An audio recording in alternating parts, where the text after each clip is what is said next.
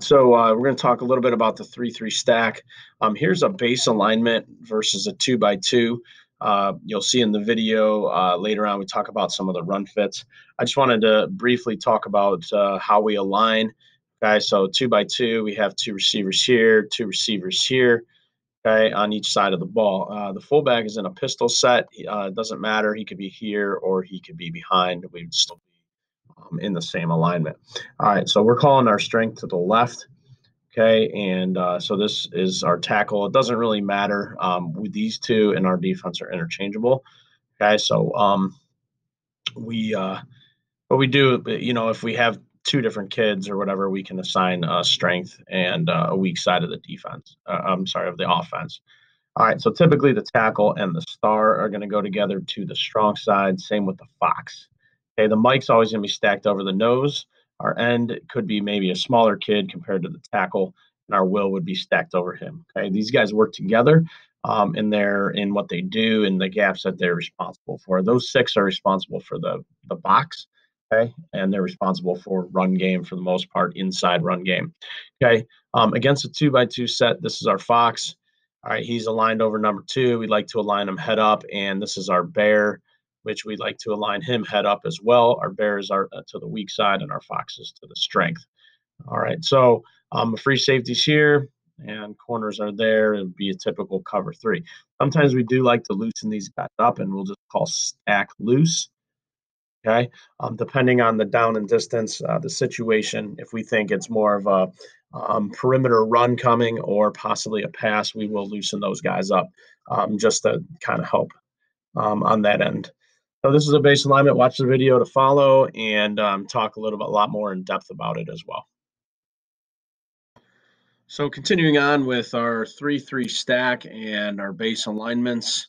Okay, this was against a 2x2, what we just talked about. Now, when a team, so depending on what level you're playing, okay, if you are a youth coach, okay, a lot of times you're going to get at least one tight end. Okay, um, in high school and the college level, you're not always going to get a tight end. A lot of times teams are running without tight ends. Okay. Um, but if there is a tight end, okay, you have to account for this. All right. Somehow you have to have somebody account for him. All right. There have been games where we don't cover the tight end up. Okay. So we would stay in this alignment. We would stay in our 3-3 stack. Okay. And our fox would be out in space. Okay. We a lot of times will cheat him in if we decide to do this. Maybe 2x2, 2x3, okay, 2x4, something like that. 2 yards off the tight end, 3 to 4 yards vertically as far as depth goes, alignment from the line of scrimmage. Okay. This is not recommended. I wouldn't say the only time that we will actually do this and leave this tight end uncovered is if we know for sure that that tight end's not going to hurt us. Okay.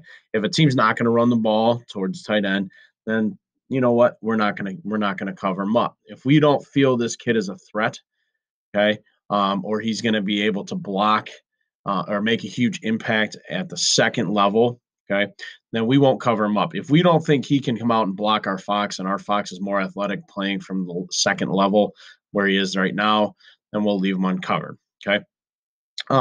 We don't really recommend this, okay, when there is a tight end. So normally, I would say 90% of the time, if there is a tight end, we will go ahead and cover this kid up, okay? So we will take our fox and we will align him, okay? Now, there's a couple things you can do with this, all right? Typically, what we're going to do is play him on an outside shade like that, okay?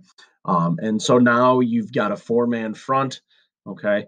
Um, but you're still in head up positions. Okay. So you're in a zero technique, you're in a four technique, and you're in a four technique, and then what we call seven technique, outside shade of the tight end.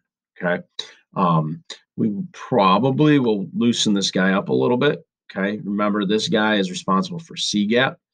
This guy is also responsible for C gap. We really like to play in a loose set, okay, out of our stack. Defense, mostly because we are typically pinching the tackle and the end. Okay. So we will cover him up.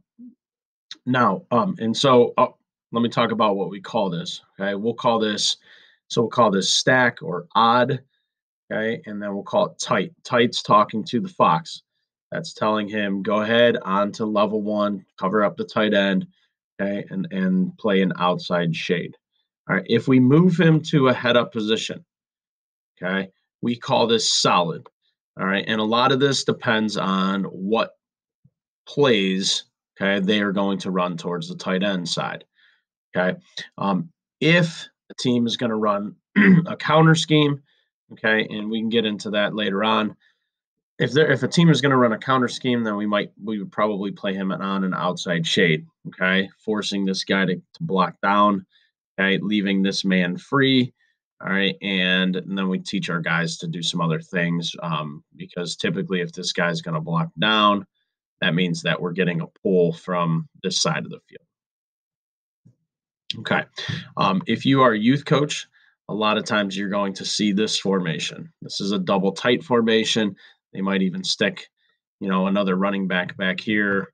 All right. Either way, that isn't going to change too much if the receiver / running back is here or if he's here. So I'll just leave him here just to keep it simple. It would actually be off the line.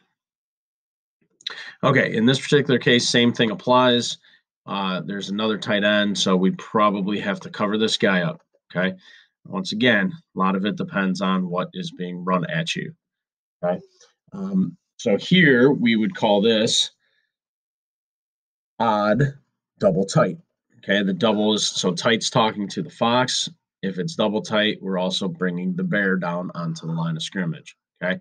Essentially, what we're in at this point is a 5-3 defense. I like to call it a 5-3 stack defense.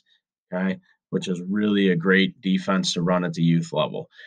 You want to get 8 guys in the box minimum, okay, against most youth teams, unless you're playing a really upper level youth team that's going to throw the ball quite a bit. You want to make sure that you leave 8 in the box, okay, to stop the run.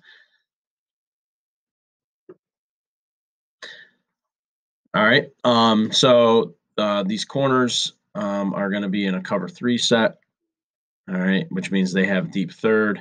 Okay, the free safety also has deep third. Pretty basic alignment. Okay, so this is our 3-3 stack, our base kind of look, and how we make adjustments to tight ends. Hope this was helpful. We're going to have some videos to follow about some of the run fits that we're looking for and what we're going to do out of this defense with the fox, the tackle, the nose, the end, and the bear.